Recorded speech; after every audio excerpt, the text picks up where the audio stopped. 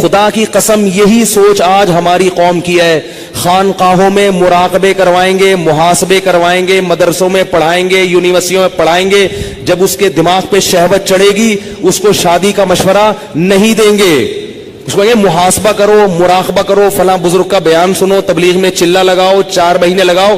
خدا کی قسم لا الہ الا اللہ یہ وہ سوچ ہے جو قوم لوط کی سوچ تھی. یہ مسلمانوں کی سوچ نہیں ہو سکتی.